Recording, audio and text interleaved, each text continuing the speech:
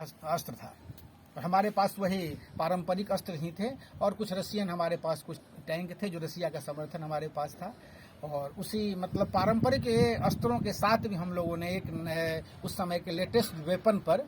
जीत हासिल की। इसीलिए कहते हैं कि ये और हमारा ये जो उस समय का 93,000 सैनिकों का समर्पण था नियाजी के माध्यम से, उनकी ये स्थिति थी कि उनके पास हथियार नहीं था समर्पण के लिए। तो भारत कहते हैं कि भारत के जो उस समय पूर्वी कमान के आर्मी कमांडर थे अरोड़ा साहब, उन्होंने शायद पिस्टल दिया था उनको अपना और उस पिस्टल के माध्यम से फिर वो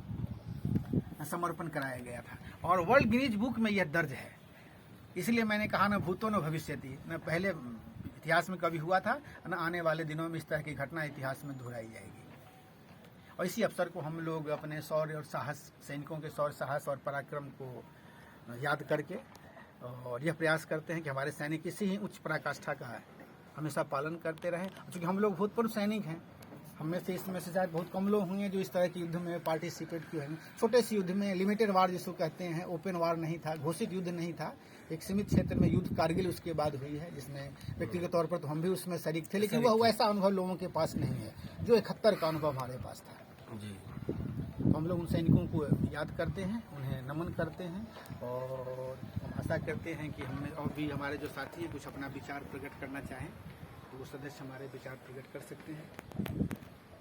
एक एक करके लाल साहब।